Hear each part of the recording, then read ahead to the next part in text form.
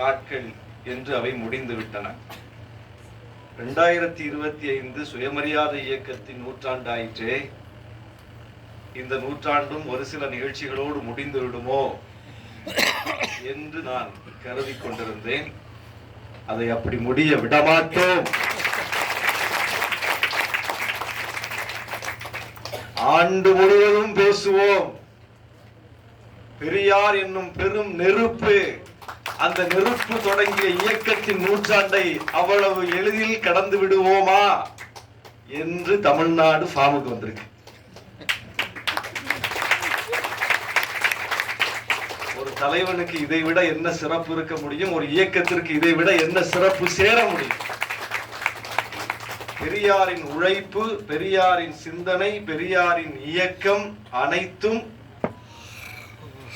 மக்களுக்கானது. அவருடைய நோக்கத்தில் பிழையில்லை என்பதனால்தான் வரலாறு மிக சரியாக அந்த புள்ளிக்கு வந்து நிற்கிறது. எப்போதுமே பெரியாரை இயங்க வைத்தது எதிர்ப்பு உணர்வு தான், எதிரிகள் தான், இனப்பகை தான். அது எந்த வடிவில் வந்தாலும் அவர் அதை எதிர்கொண்டிருக்கிறார்.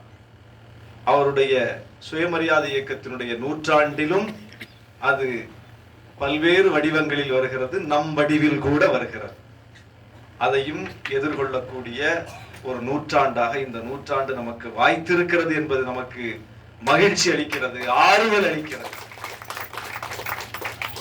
இப்போது இப்படி ஒரு உரையாடலை சீமான் தொடங்கி வைக்காவிட்டால் நாமும் அடையாளத்திற்கு சுயமரியாதை இயக்க நூற்றாண்டை கடந்து போயிருப்போம். இப்படி யூடியூபர்ஸ், இந்த அரண்சை, பேரலை, ட்ரைப்ஸ் எல்லோரும் இணைந்து இப்படி ஒரு கருத்தரங்கை நடத்தி இருப்பீர்களா? நாம் எல்லாம் இப்படி சந்தித்து அரங்கு பொங்கி வழியக்கூடிய அளவுக்கு சுந்தரகுமார் சொன்னதை போல ஒரு நிகழ்ச்சியை நடத்தி இருப்போமா? 2 நாட்களுக்கு முன்னால் தி டிபேட் தினேஷ் ஒருங்கிணைப்பில் மிக சிறப்பான ஒரு கலந்துரையாடல் நம்முடைய ஜென்ராம் அவர்கள் எல்லாம் வந்திருந்தாங்க. அது இப்போது பற்றி பரவி கொண்டிருக்கிறது. நேற்று இரவு போட்ட வீடியோ அப்படியே அலையா அலைஞ்சு அடிச்சுக்கிட்டு இருக்கு. இதெல்லாம் ஒரு மிகப்பெரிய வாய்ப்பு நமக்கு.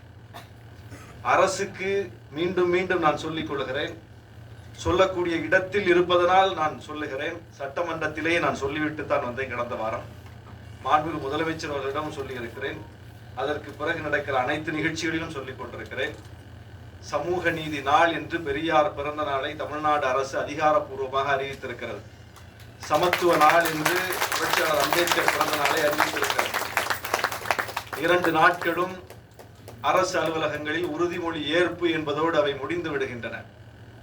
இப்போது புரட்சியாளர் அம்பேத்கர் குறித்து அமித்ஷா சொன்ன அந்த வார்த்தை நாடு முழுவதும் ஏற்படுத்தி இருக்கக்கூடிய தாக்கம், தந்தை பெரியார் குறித்து தமிழ்நாட்டில் இப்படிப்பட்டவர்கள் பேசிக் கொண்டிருக்கிற பேச்சு, அது ஏற்படுத்தி இருக்கிற தாக்கம், இதை ஒரு வாய்ப்பாக பயன்படுத்தி கொண்டு இந்த ஆண்டு முழுவதும் தமிழ்நாடு அரசின் கீழ் இருக்கக்கூடிய பள்ளிக்கூடங்கள், கல்லூரிகள், பல்கலைக்கழகங்கள் அனைத்திலும் ஆண்டு முழுவதும் சுயமரியாதை இயக்கத்தினுடைய இந்த நூற்றாண்டை கொண்டாடக்கூடிய வகையில் கருத்தரங்குகள் நடத்தப்பட வேண்டும்.